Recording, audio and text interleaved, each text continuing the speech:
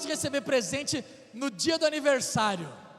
No dia do aniversário, que é dia 16 de março, está chegando, anota aí. Hashtag fica dia 16 de março. Mas quem gosta, não é uma delícia receber presente? Quem não gosta de receber? Só doido, sei lá, todo mundo vai levantar a mão. Agora, interessante, quem gosta de receber presente sem ser dia especial? Não é dia de aniversário, não é dia de nada, né? Chega um presente, até vale uma frigideira. Tem gente que até gosta de ganhar frigideira, não sei porquê, mas tem gente. Mas sem data marcada, que essa é a nossa desculpa quando a gente esquece. Eu não dou em data marcada, eu gosto de surpreender. Mas assim, agora imagina o seguinte: todo mundo gosta de ganhar presente, todo mundo gosta de ganhar presente fora de data marcada, mas ainda assim, em data marcada ou não, dá a impressão que você é legal, tal, que você fez alguma coisa, que tem um bom relacionamento. Agora, imagina ganhar um presente sem merecimento algum. Sem merecimento algum. Sem fazer nada para merecer. Sem fazer nada para poder ganhar alguma coisa. Porque é isso que Deus fez conosco. Deus nos presenteou sem merecimento algum. Na verdade, muito pelo contrário. Nós merecíamos o pior, nós merecíamos a morte, e Deus vem e nos presenteia sem merecimento algum. Então, para ilustrar isso, eu trouxe um presentinho aqui, uma lembrança. Mas eu queria dar esse presente para alguém. E aí não dá para falar, porque tem gente que merece, né? Minha sogra merece ganhar um presente, um monte. Então tem que ser, a Norma também merece, que atura a gente toda semana. Tem que pegar alguém assim, que não fez nada para mim, que não, vamos perguntar aqui. Pode ser então. Como é que é seu nome? Camila. A Camila. Camila, eu não combinei alguma coisa com você, Camila? Não combinei nada com a Camila. A gente cumprimenta aqui na parte, mas eu não tenho nada. Camila, você não fez nada para, apesar de pedir, né? Pedinte, mas tudo bem, quem não chora não mama, né? Chora, é assim. Mas eu vou presentear a Camila sem merecimento algum. Você segura aí. Eu não combinei com a Camila, gente. Camila não sabe de nada.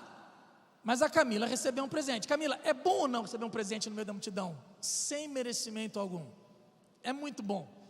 Foi isso que Jesus fez conosco. Deixa eu só dar uma pausa, porque a gente não apresentou os diáconos, pessoal, a gente não apresentou os visitantes, e os diaconistas ficam tudo ali. Tem algum visitante aqui pela primeira vez? Tem alguém que nos visita? Rapidinho, dá um alô aí para a gente te reconhecer no meio da multidão. O Rico, é a primeira vez que você vem aqui, velho? O Ricardo, quem não conhece o Ricardo, família toda, o Rico é pastor, missionário, ele é o responsável pelo projeto no Argolo Ferrão, que a gente ajuda, mandamos as coisas do Água Viva para lá, fizemos o jejum das mãos estendidas, e aí a gente está já ajudando nessa parceria. A festa de final de ano nós fizemos no Colégio Água Viva, agora os filhos do Rico estão tudo lá com a gente no colégio, então o Rico está aí com a gente, seja muito bem-vindo, pastor Rico. Tem mais alguém que nos visita? Eu vi uma mãozinha para cá, aqui, ali Elcio, naquele canto. Nós fazemos, quem está em volta de casa, por favor, cumprimente, dá um abraço. Eu vi uma mãozinha lá atrás também, tem uma mãozinha lá atrás. Quem que acionou a mãozinha lá atrás? Tem mais alguém que nos visita pela primeira vez? Dá um alô aí. Tranquilos? Vamos lá então. Gente, o que eu queria fazer com vocês hoje é literalmente pensar nesse presente que Deus nos deu. Esse presente que nós recebemos sem merecimento algum. Esse presente que nós recebemos, muito pelo contrário, não merecendo nada, ou merecendo na verdade a morte, merecendo a solidão, merecendo o insucesso, e Deus nos presenteia. Só que o que eu quero fazer nessa manhã é desembrulhar esse presente. É talvez a gente conhecer um pouco mais desse presente. Por isso eu quero te convidar a abrir a sua Bíblia em 1 Pedro, capítulo 2. Lá no final da sua Bíblia, se você está com o celular é mais fácil. Se você estiver com a Bíblia, lá no finalzinho,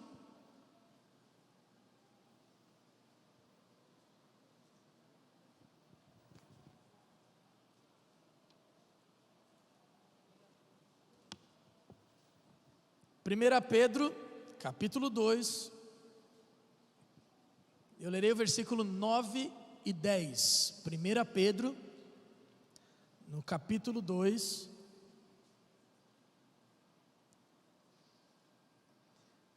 Na verdade, eu sei que teriam tantos outros textos para a gente falar sobre essa graça maravilhosa, esse presente, esse favor imerecido de Deus. Como o próprio Efésios 2 vai falar, né, que essa graça é um dom de Deus, é uma dádiva, é um presente. A salvação para nós é um presente, não por obras, para que ninguém se glorie. Esse de fato é um presente maravilhoso. Mas 1 Pedro 2,9, ele vai explicar um pouco esse presente, e eu quero desembrulhar. Você sabe que 1 Pedro foi escrito num contexto de extrema perseguição. No primeiro século, a igreja estava extremamente sendo perseguida, pessoas morrendo, e ele escreve para a galera permanecer firme, para ficar perseverante, para se manter fiel às escrituras. Então Pedro escreve essa carta para incentivar a turma, para encorajar a turma, para permanecerem fiéis, diante de toda circunstância adversa, diante de tantas circunstâncias difíceis. E aí eu vejo que um jeito que ele tem até para motivar a turma é entender, é mostrar para a turma, fazer a turma entender quem eles eram em Cristo Jesus, qual presente maravilhoso eles tinham recebido do Senhor Jesus. Então 1 Pedro 2,9 diz assim: vocês porém são geração eleita, sacerdócio real, nação santa, povo de propriedade exclusiva de Deus, ou povo exclusivo de Deus, para anunciar as grandezas daquele que os chamou das trevas para a sua maravilhosa luz. Antes vocês nem sequer eram povo, mas agora são povo de Deus. Não haviam recebido misericórdia, mas agora receberam misericórdia. Vou repetir o verso 9. Vocês porém são geração eleita, sacerdócio real, nação santa, povo exclusivo de Deus, para anunciar as grandezas daquele que os chamou das trevas para a sua maravilhosa luz. O que eu quero fazer nessa manhã com vocês é desembrulhar esse presente e tentar entender ou explicar um pouco o que significa cada um deles. Então nós vamos começar com geração eleita ou raça eleita, dependente da sua tradução. Geração eleita, a expressão que geração eleita é uma raça escolhida. Você foi escolhido por Deus. Você já parou para pensar nisso? Você já parou para pensar nessa tamanha honra, de em meio a 7 bilhões de pessoas no mundo, Ele te escolheu? Como diz a palavra do Senhor: eu te chamei pelo nome, você é meu. Ele conhece cada célula do teu organismo, Ele sabe da tua história, e Ele não te escolheu porque você é bonzinho, Ele não te escolheu porque você fez alguma coisa boa, Ele não te escolheu porque você tem um bom caráter, Ele não te escolheu porque você está lutando para viver em santidade, Ele não te escolheu porque você faz um sacrifício e se esforça. Não! Quando a Bíblia fala de geração eleita, Ele escolheu, partiu dEle a escolha. Ele nos predestinou antes da fundação do mundo, e Ele nos escolheu, nos chamou, antes de tudo. Não foi porque você fez alguma coisa, não é porque você merece alguma coisa, muito pelo contrário. Mas Ele conhece você, e mesmo conhecendo você, mesmo sabendo da tua história, mesmo sabendo dos teus pecados, mesmo sabendo do teu mau caráter, mesmo sabendo dos teus pecados escondidos, Ele disse: eu te chamei pelo nome, eu te amo, e eu morro por você numa cruz, para te perdoar os pecados e te purificar de toda injustiça. Isso é escolha. Quando a gente olha Romanos capítulo 8 ainda, quando fala aquele texto que fala que Ele nos predestinou, Ele nos escolheu para sermos conformes à imagem do Seu Filho, a fim de que Ele seja o primogênito entre muitos irmãos. Ele não só te escolheu para te salvar, mas Ele te escolheu para te transformar e para te fazer a imagem de Jesus Cristo. Gente, é muito mais do que um presente. Olha que presente maravilhoso, você ser escolhido, e ainda mais, ser escolhido com um propósito, ser escolhido com um chamado, ser escolhido para Ele te transformar em algo muito melhor do que você um dia imaginou ser, a imagem de Jesus Cristo, o santo, o puro. Ele te escolheu. Você consegue pensar nisso? A implicação disso, gente, se a gente tentar entender, ou se a gente conseguir internalizar, vamos dizer assim, isso, se você tiver convicção dessa escolha, gente, eu creio que muitos problemas nossos se resolveriam só começamos a desembrulhar esse presente. Porque se você entender que Ele te escolheu, a gente já para pensar um pouquinho em crise de baixa autoestima. Por que nós temos crises de baixa autoestima? Por que nós temos crises de temor aos homens, de querer ser aceito pela multidão, querer ser aceito pela sociedade, sendo que você foi escolhido por Deus, o Senhor dos senhores, o Criador do universo, mas nós queremos ser escolhidos por pessoas. E nós sofremos nessa sociedade, porque nós queremos ser aceitos, porque nós queremos ser vistos, porque nós queremos ser reconhecidos, porque nós queremos ter o nosso nome exaltado. Nós somos escolhidos por Deus. Se você parar para pensar nesse presente, vários dos nossos problemas, inclusive dentro da igreja, inclusive em relacionamentos, inclusive emocionais, nós resolveríamos só nisso. Ele te escolheu. Ele conhece a tua história, Ele conhece cada célula do teu organismo, Ele sabe da tua vida e mesmo assim Ele te ama, morreu por você numa cruz e te dá uma chance de ter uma nova vida e de ser mais parecido com Jesus. Que presentaço, mas ainda continua. Poderia falar muito mais, mas preciso continuar. Ele diz assim, nós somos não só raça eleita, mas nós somos sacerdócio real. Sacerdócio real. E para entender o que é sacerdote real, a gente precisa voltar um pouco no Antigo Testamento e lembrar o que significa isso. O que era o sacerdote naquela época? O sacerdote no Antigo Testamento era aquele que representava o povo para Deus. Se você lembrar do Antigo Testamento, no livro de Êxodo, Deus manda construir o tabernáculo. E aí Ele dá todas as normas, diretrizes e tal, e dentro do tabernáculo, então, na verdade, quando chegava no pátio, já tinha a bacia de bronze, que era para lavar as mãos e entrar no tabernáculo. Quando você entrava no tabernáculo, tinham duas salas, vamos dizer assim, separadas por uma cortina. A primeira era o santo lugar, onde tinha o candelabro, a mesa com os pães, e tinha também mais uma bacia para se lavar. E entrando depois desse véu era o Santo dos Santos, onde tinha a Arca da Aliança, onde tinha o propiciatório. O que é esse palavrão? O propiciatório era o local onde a ira de Deus era apaziguada. Essa é a tradução literal. Por que o local onde a ira de Deus era apaziguada? Porque ali é onde era realizado, onde o sacerdote entrava, e só o sumo sacerdote entrava no Santo dos Santos, nessa outra parte, e ele entrava para realizar um sacrifício, e ele tinha que se purificar antes. O candelabro representava o Espírito Santo, tinha que ficar sempre aceso, 24 horas, e a turma de Levi, a tribo de Levi, se revezava para manter sempre isso. Tinha toda uma simbologia, e quando ele entrava ainda amarrado, cheio de sino numa corda. Por quê? Porque enquanto ele estivesse ali, fazendo as coisas, sacrificando o cordeiro, aspergindo o sangue, é sinal que ele estava vivo. Quando o sumo sacerdote entrava em pecado, quando o sumo sacerdote entrava sem se purificar dignamente, ele morria. Literalmente isso que acontecia, e eles não podiam, ninguém podia entrar lá. Então por isso que ele entrava com uma corda cheia de sinos amarrado. E aí eles testavam, se não respondeu, eles puxavam o corpo dele. Então nesse local chamado Santo dos Santos, somente o sacerdote entrava uma vez por ano, 2 vezes por ano, talvez dependendo da época das festas, para realizar o sacrifício de uma ovelha, de um cordeiro, sem mancha, sem mácula, sem defeito, para derramar o sangue, para perdoar os nossos pecados. Eles faziam perdoar os pecados deles, pensando na fé. Por isso que quando Jesus aparece para João Batista, a primeira frase de João Batista é: eis o Cordeiro de Deus que tira o pecado do mundo.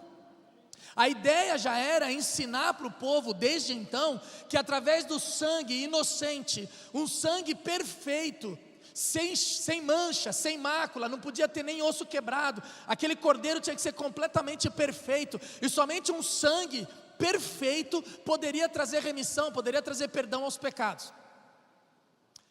Jesus Cristo vem e começa a ensinar sobre isso, por isso que o apóstolo Paulo depois vai falar que ele é o nosso cordeiro pascal. Ele é o Cordeiro, sem derramamento de sangue não há remissão. O apóstolo Paulo vai explicar isso. Mas o que acontece é que quando Jesus Cristo morre, se você pega lá Mateus, finalzinho de Mateus, quando Jesus Cristo morre, a palavra de Deus diz que o véu se rasgou de cima a baixo. O véu que separava esse santo lugar do santo dos santos, com a morte e ressurreição de Jesus, ele se rasga de cima para baixo, não é de baixo para cima. Era para mostrar que essa separação só poderia ser resolvida vindo do alto, de cima para baixo. Ele se rasga de cima para baixo, e a Bíblia vai dizer que agora nós temos livre acesso à presença do Pai. Por isso que ele fala que esse presente nós somos sacerdotes reais. Você tem livre acesso à presença do Pai.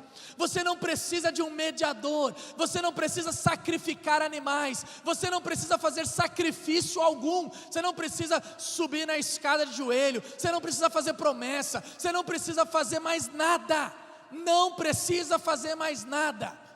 E eu quero enfatizar isso porque a igreja evangélica hoje tem colocado muita coisa que as pessoas precisam fazer. Você não precisa fazer mais nada. Eu não estou dizendo isso para passar a mão na cabeça, para aliviar, não é isso. Mas teologicamente nós não precisamos fazer mais nada. Nós fazemos por amor, nós fazemos por relacionamento. Se eu faço hoje um jejum é para me purificar, para ter um propósito, mas eu não preciso fazer mais nada. Tudo já foi pago pelo Senhor Jesus na cruz. O evangelho não é o que eu preciso fazer. Essa foi a pergunta do jovem rico: o que eu preciso fazer para herdar a vida eterna? E Jesus quebrou isso, porque a pergunta do evangelho não é o que eu preciso fazer. E tantas pessoas hoje chegam falando: pastor, o que eu preciso fazer para ser membro da sua igreja? O que eu preciso fazer para assumir o ministério? O que eu preciso fazer? A pergunta do evangelho não é o que eu preciso fazer, alguém já fez, está feito, acabou. O evangelho não é o que tem que, não tem nada. Você precisa desfrutar, querido. Você precisa se relacionar, o evangelho é leve. Você é sacerdote real. Sabe o que isso significa? Que a tua espiritualidade não é só baseada numa igreja. Tua espiritualidade não é baseada só quando você está aqui dentro, num local. Não existe mais o santo dos santos. Não existe mais aqui o templo, o altar. Nós falamos aqui que nós queremos cantar sempre no altar, porque a tua vida é o altar. Deus está contigo em todos os lugares. A tua espiritualidade pode ser baseada no teu quarto, pode ser baseada num ônibus lotado, andando na empresa, viajando. Você pode desenvolver a tua intimidade com o Senhor e ter experiências maravilhosas com o Senhor em qualquer lugar. Eu lembro quando eu estava trabalhando em São Paulo, eu tinha que sair toda segunda-feira, 6 horas da manhã, para vender em São Paulo. E eu estava num momento muito difícil da minha vida e pegava essa estrada. E a Renata tinha feito um pendrive com algumas músicas, que aí eu já expliquei para vocês, são algumas músicas que fazem parte da minha história, principalmente da época do Retiro, Moriá, e o renovo que eu fiz lá em Belo Horizonte. E aí tem algumas músicas que até hoje eu lembro por causa disso, porque eu estava dirigindo, com hora para chegar às vezes, com cliente marcado, e aí de repente Deus começava a falar comigo. E aí eu tinha que encostar, eu não conseguia dirigir, eu tinha que encostar, parar no acostamento da Castelo Branco, parar no acostamento de rodovia, para me lavar e chorar diante do Senhor, porque não existe mais o santo dos santos. O santo dos santos é em qualquer lugar, é qualquer hora. O santo dos santos é um coração quebrantado, o santo dos santos é o teu coração rendido ao Senhor. Esse é o teu lugar secreto, é isso. Olha que presente maravilhoso. Você não precisa mais se confessar para um pastor. Você não depende mais da gente.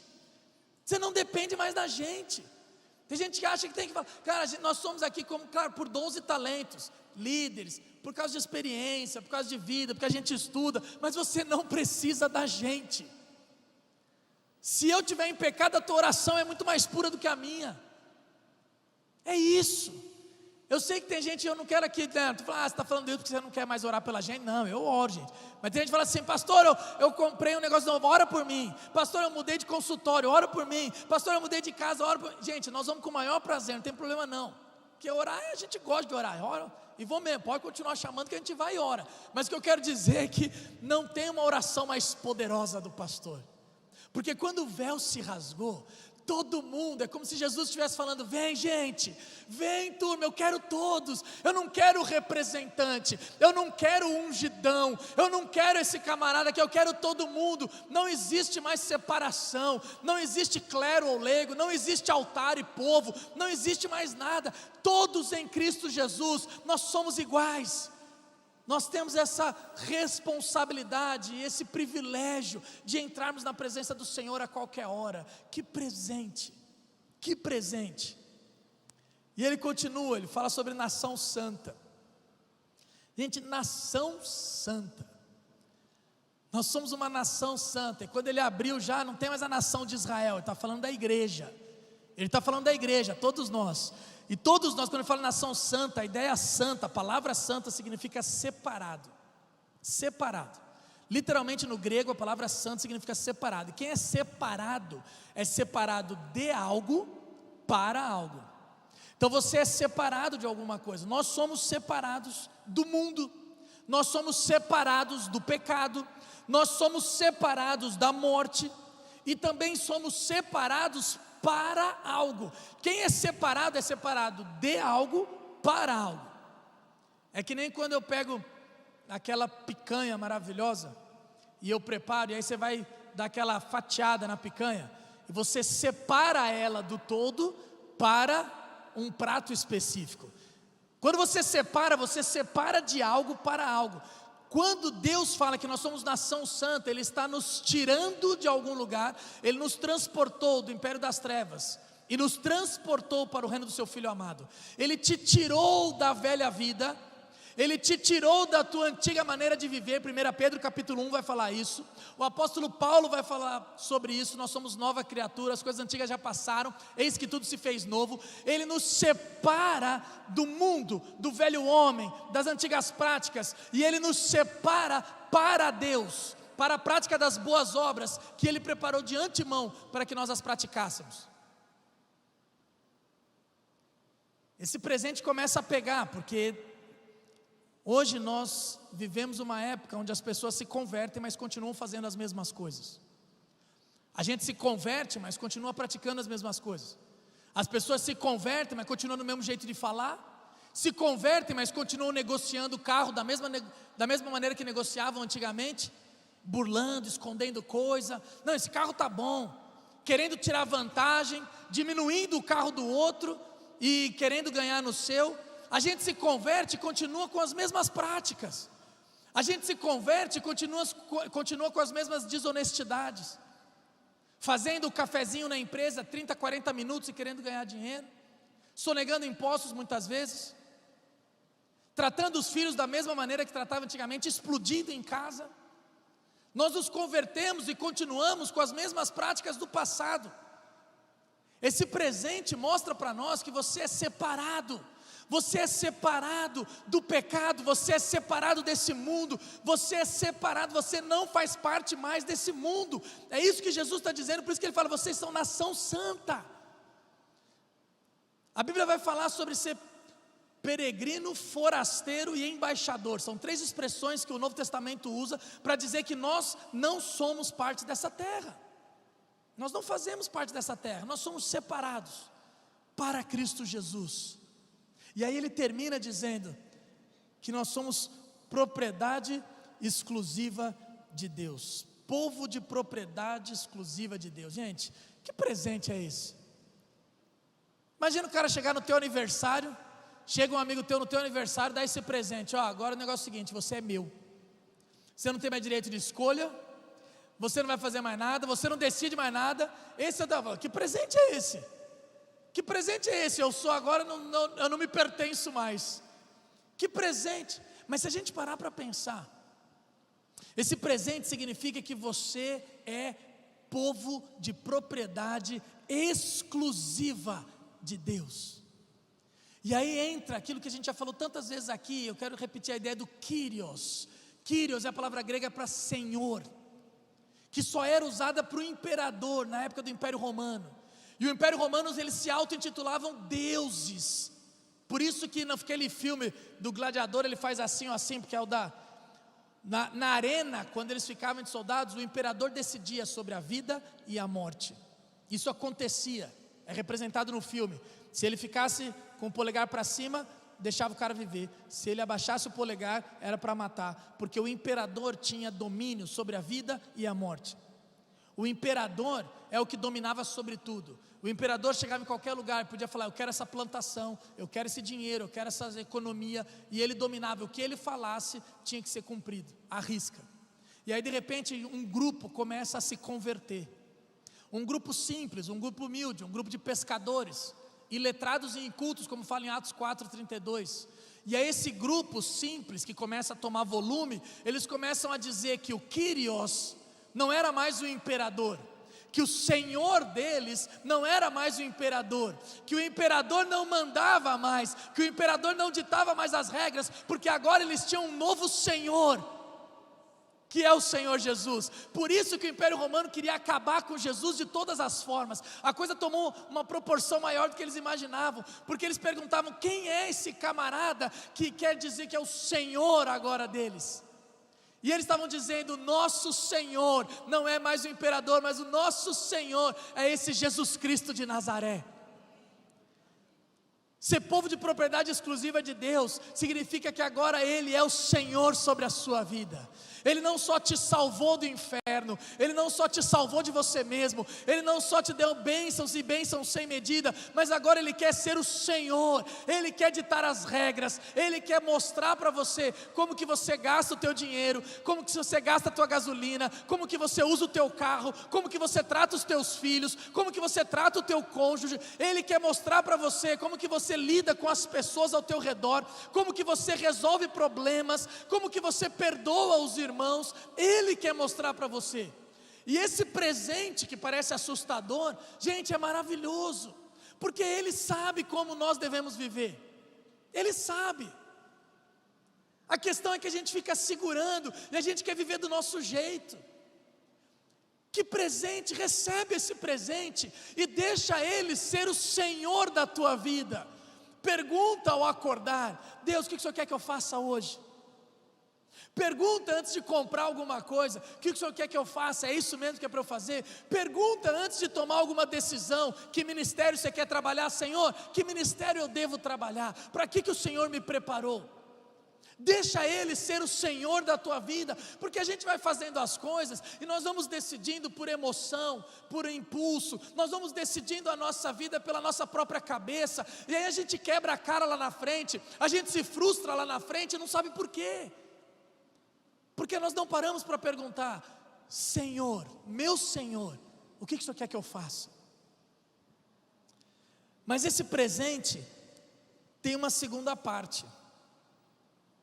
Esse presente tem uma segunda parte, porque se você olhar 1 Pedro 2,9, ele vai dizer assim: vocês, porém, são geração eleita, sacerdócio real, nação santa, povo exclusivo de Deus, com o objetivo de, com o fim de, com o propósito de anunciar as grandezas daquele que os chamou das trevas para a sua maravilhosa luz. Então eu costumo dizer que esse presente que você recebeu não é para ficar para você. Esse presente que você recebeu é para você falar para as outras pessoas, anunciar às outras pessoas, mostrar para as outras pessoas. Então eu quero propor uma frase para a gente gravar, simples: o crente que recebe o presente e não passa para frente é incompetente. Dá? Para ficar fácil de gravar, vamos lá. O crente que recebe o presente e não passa para frente é incompetente. Só as mulheres agora. O crente que recebe o presente e não passa para frente é incompetente. Só os homens. O crente que recebe o presente e não passa para frente. Então, Camila, nós fizemos. Você vê como você recebeu um presente de graça maravilhoso, mas agora então, o crente que recebe o presente e não passa para frente é incompetente. Então você vai escolher uma pessoa Você já estava percebendo isso? Aí ó, você é esperto, você é crente esperto. Mas isso é legal, sabe por quê, gente? Ó, é verdade isso. Tem gente que percebe rápido.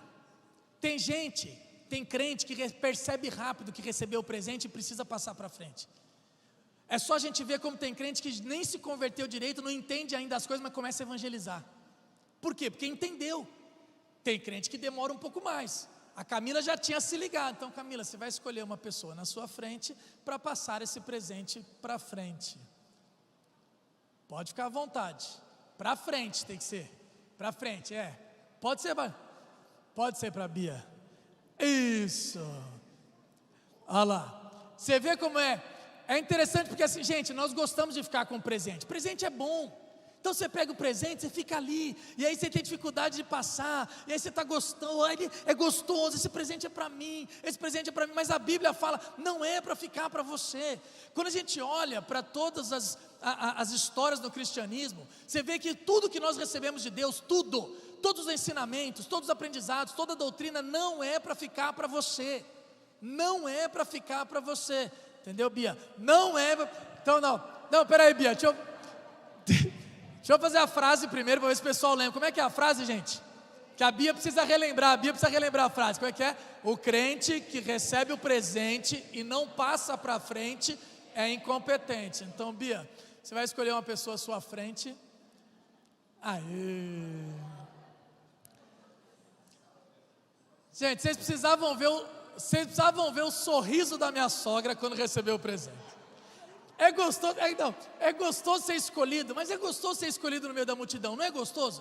É gostoso quando alguém recebe algo de tão importante, de tão valor, e passa isso para você. Gente, o que eu estou querendo enfatizar é que a gente tem um presente, o melhor presente do universo, o melhor presente do mundo, e ainda nós temos a obrigação, a grande comissão, o chamado de ir por todo mundo e pregar o evangelho a toda criatura, e às vezes a gente segura isso, a gente não está evangelizando. Essa mensagem de hoje de manhã é muito motivada pela palavra que o Marcelo falou semana passada. Quem estava aqui semana passada, o Marcelo, presbítero, anunciando a troca da diretoria, ele falou sobre isso, sobre a grande comissão, sobre a gente evangelizar, e eu lembrei desse texto, lembrei dessa mensagem, falei, puxa vida, isso encaixa, porque a gente retém esse presente. E sabe de uma coisa? O que injeta fogo no meio da igreja é novo convertido. O oxigênio na chama, para avivamento na igreja, para motivar Grupo Célula, nós falamos isso na reunião do Grupo Célula, quarta-feira, é novo convertido. A gente precisa evangelizar, a gente precisa passar esse presente para frente, porque a alegria de quem recebe esse presente, a alegria de quem entende esse presente, é maravilhoso, isso motiva. Então, até gostaria que ficasse com a minha sogra, fazer uma moral e tal, né? Mas como é que é a frase mesmo? O crente é o presente Então, como eu sei que minha sogra, isso ela não faz parte do caráter dela, é incompetência. Então, minha sogra, você escolhe alguém à sua frente e você vai passar esse presente.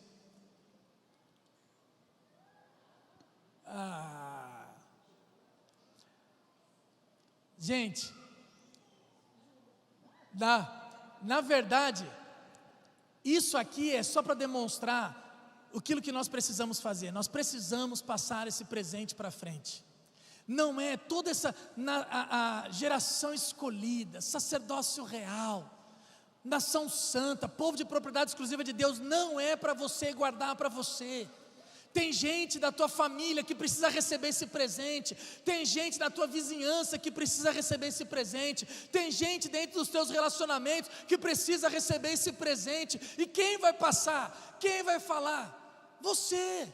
Essa responsabilidade nossa. O Senhor Jesus nos chamou e Ele deixou a grande comissão, as suas últimas palavras, antes de ser assunto ao céu, as suas últimas palavras para aquele grupo de discípulos que estavam ali, depois que Ele ressuscitou, Ele falou para eles: toda autoridade foi me dada no céu e na terra. Ide, portanto, e fazei discípulos de todas as nações, batizando-os em nome do Pai, do Filho e do Espírito Santo, ensinando-vos a guardar tudo o que eu vos ordenei, e eis que estou convosco até a consumação do século. Nós precisamos fazer isso. Então, vamos lembrar aqui o meu parceiro. Como é que é a frase mesmo? O crente...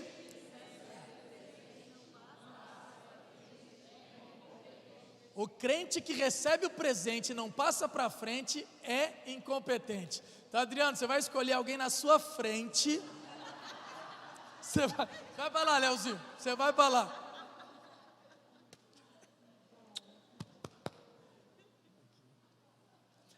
Agora esse chocolate chegou na mão certa. Ué, mas é verdade, agora esse chocolate chegou na mão. Alguém tem a nota fiscal dele? Quem comprou esse chocolate? A nota fiscal está aqui. Eu comprei. Esse chocolate me pertence, a nota fiscal está aqui. É mais ou menos isso que a gente vai fazer no mundo espiritual. Tudo que a gente recebe volta para Deus. Só que Deus é tão gracioso, Deus é tão bom, que a glória que é só dele, a glória que é só dele. E agora eu estou suado e não abre. Meu amor, abre aí. Ele compartilha. Dá uma dó, diamante negro é uma delícia, né? Mas é como se fosse assim, a glória de Deus. Agora sim, pode quebrar. Ele tem a nota fiscal, a glória é dele, mas ele distribui, porque ele é gracioso, porque ele é bondoso, e ele tem esse prazer. Agora sim, Camila, todo seu, você distribui para quem você quiser. Gente, é isso que Deus faz conosco. A glória é só dele, a ele a honra, a glória, todo louvor. A nota fiscal é dele, tudo é dele, por ele, para ele, mas ele distribui pela sua graça e misericórdia. É isso que ele faz conosco. Nós não merecemos nada, mas nós recebemos um presente maravilhoso, e toda a honra e glória é dele, mas ele quer te usar. Ele escolheu te usar, Ele derrama esse privilégio, essa responsabilidade de te usar, e através de nós, e apesar de nós, esse presente é distribuído para todas as pessoas. Fecha os teus olhos. Eu quero que você saia daqui nessa manhã, pensando nisso, esse presente que você recebeu. Mas não só pensando nesse presente que você recebeu, pensando na responsabilidade que você precisa distribuir esse presente. Tem tanta gente para receber e viver isso também. Tem tanta gente que precisa receber esse presente, entender e viver e desfrutar desse presente maravilhoso.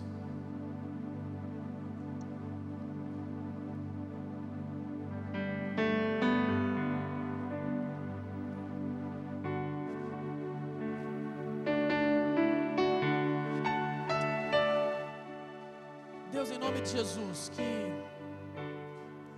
que a gente tenha consciência real desse presente, e que esse presente não seja simplesmente teoria num livro, mas que esse presente seja real e vivo nas nossas vidas, nos nossos relacionamentos, nas nossas emoções, em todos os dias da nossa vida.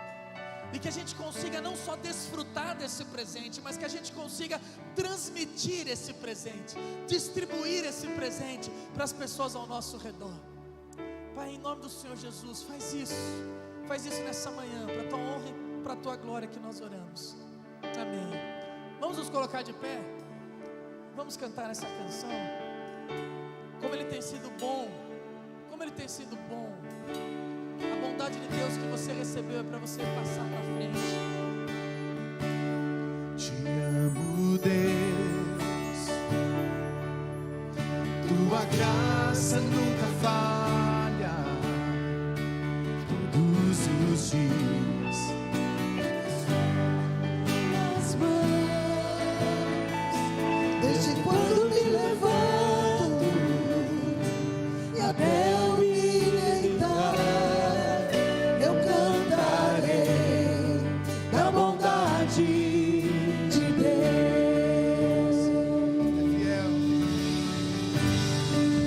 fiel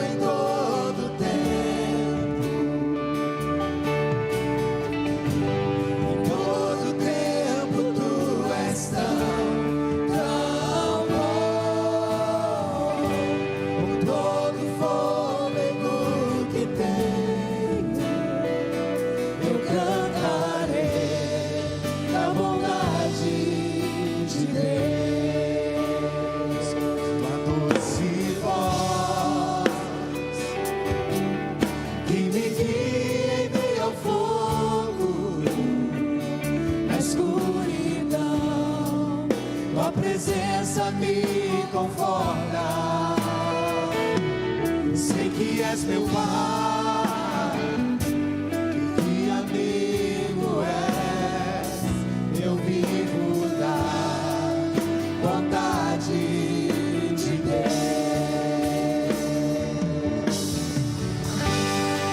És fiel em todo tempo. Em todo tempo tu és tão bom. Com todo fôlego que tenho, eu cantarei da bondade de Deus. És fiel, Senhor. És fiel em todo tempo. Em todo tempo tu és tão bom. Com todo fôlego que tenho, eu cantarei da bondade de Deus.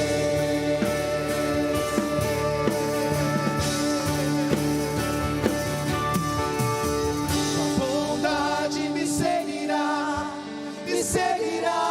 Senhor.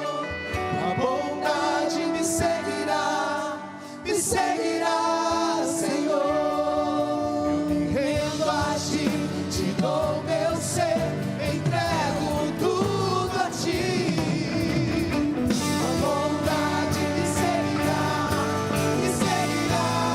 Senhor. Tua bondade me seguirá, Senhor. Tua bondade me seguirá, Senhor. Eu me rendo a ti, te dou meu ser, entrego tudo a ti. Tua bondade me seguirá, Senhor. Eu canto, igreja. És fiel em todo tempo. És fiel em todo tempo. Cante ao Senhor.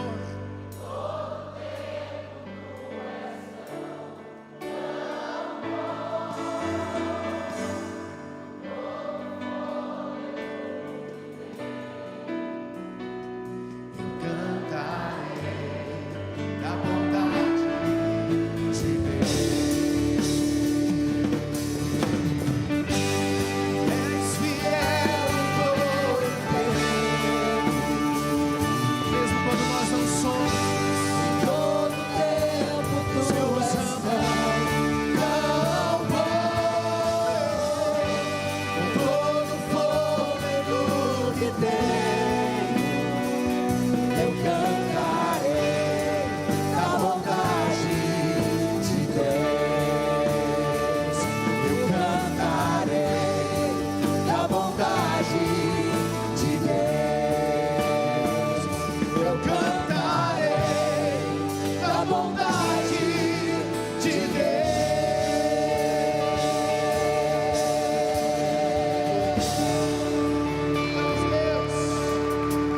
Aleluia. Aleluia.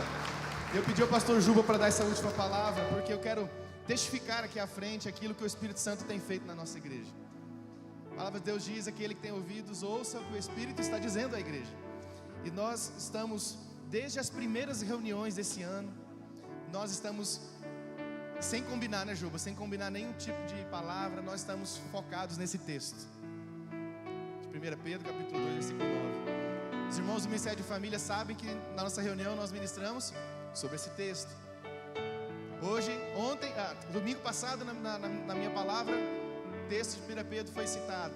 Hoje o pastor Juba utiliza esse texto também como base para a ministração. Queridos, Deus está falando alguma coisa para a gente. Alguma coisa está chamando a nossa atenção e nós queremos continuar orando para que o Senhor nos deixe assim unidos, e que o nosso coração como igreja soe da mesma forma. Temos um só Deus, o mesmo Senhor, o mesmo Espírito, e Isso quer dizer que nós precisamos também sonhar as mesmas coisas, planejar juntos, termos as mesmas expectativas. E hoje, enquanto o pastor Juba estava ministrando a palavra, eu estava me lembrando de ontem. Ontem nós tivemos o primeiro encontro dos homens deste ano. Querido, Deus está colocando muitos sonhos no nosso coração. Nós tínhamos ontem um grupo de 30 homens se reunindo, e muitas expressões que o pastor Juba trouxe para a igreja hoje foram expressões que eu também usei ontem lá com os homens, na hora da ministração. E encerramos exatamente da mesma forma. Aquilo que o Senhor nos deu, Ele nos deu para que a gente reparta. A bênção não pode parar em nós. Nós não somos abençoados para que essa bênção termine com a nossa vida, termine na nossa geração. Nós somos abençoados para deixar um legado que marca, que aponta uma direção. E é isso que Deus está falando a nós, amém? Hebreus capítulo 10, versículo 24. Pensem em como motivar uns aos outros. Você está entregando. Motiva o teu irmão. Motivar em quê? Na prática do amor, nas boas obras. Não deixem de se reunir como alguns fazem, mas encorajem uns aos outros, encorajem mutuamente, sobretudo agora que o dia está próximo. O dia está próximo. É hora de nós repartirmos com toda a intensidade aquilo que nós temos recebido do Senhor. Amém? É hora de convidar. Esses bancos vazios são missões. É missão para nós, e nós não precisamos estar fora de Marília, nós não precisamos estar fora dessa igreja para fazer missão. Cada banco desse vazio é uma missão. Cada banco vazio no culto da noite é uma missão. Cada homem que não esteve ontem lá na nossa reunião de homens é uma missão. E certamente você se transformará em missão para os homens que estiveram lá. Eles receberam um desafio, e esse desafio vai alcançar você, em nome de Jesus, amém? E as mulheres dão glória a Deus então aí. Vamos alcançar esses homens em nome de Jesus, amém? Vamos orar? Eu queria convidar você a dar a mão assim, ó, e unir os corredores, para que essa expressão seja muito mais do que uma direção, mas seja um estilo de vida. Eu vou pedir para o Léo mostrar a igreja para quem está em casa, porque quem está em casa está perdendo isso aqui, gente. Aqui é muito melhor, é ou não é, gente? É muito melhor aqui do que em casa. Deus, nós te agradecemos por esta manhã. Nós te agradecemos, Deus, por esse tempo de culto. E a gente se reúne aqui para adorar o Senhor. E nós saímos daqui com o nosso coração cheio, porque o Senhor é misericordioso e bondoso. E Deus, nós queremos nos esvaziar. Queremos nos esvaziar essa semana. Queremos entregar aquilo que recebemos. Queremos dar aquilo que nós recebemos.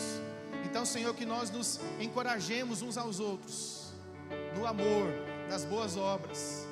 Que nós tenhamos um olhar de amor, como é o olhar do Senhor para todos. Não importa, Deus, a situação, não importam as circunstâncias, o Senhor nos olha com amor. Pai, eu quero abençoar a Tua igreja nesta manhã. Que a Tua palavra que foi ministrada crie raízes no coração, que esta palavra frutifique, que esta adoração que nós levantamos aqui nesse lugar não se encerre aqui quando o culto acabar, mas que essa adoração continue existindo por onde nós formos. Pai, obrigado pelos nossos visitantes, obrigado pelos nossos irmãos que estão aqui pela primeira vez. Eles são resposta da nossa oração, eles são respostas do Teu amor, e eles são respostas do chamado que o Senhor continua dando ainda sobre a nossa terra. Obrigado, Senhor. Obrigado pelos homens, obrigado pelas mulheres, obrigado pelas crianças, obrigado pelos adolescentes, obrigado pelos adultos, obrigado pelos idosos. Obrigado, Senhor, porque juntos nós formamos a Tua família nesse lugar. E nós Te adoramos. Recebe o louvor e a honra, hoje e sempre, em nome de Jesus. Que a graça e a paz do Senhor Jesus, o amor de Deus nosso Pai, a comunhão, a consolação do Espírito Santo, os dons do Espírito, as dádivas do Senhor venham sobre a sua vida, sobre a sua família, hoje e sempre. E que isso não pare em você, que você seja um propagador das bênçãos de Deus, hoje e sempre, em nome de Jesus, amém. Deus abençoe. Ele é fiel em todo tempo. Em todo tempo, Deus é bom.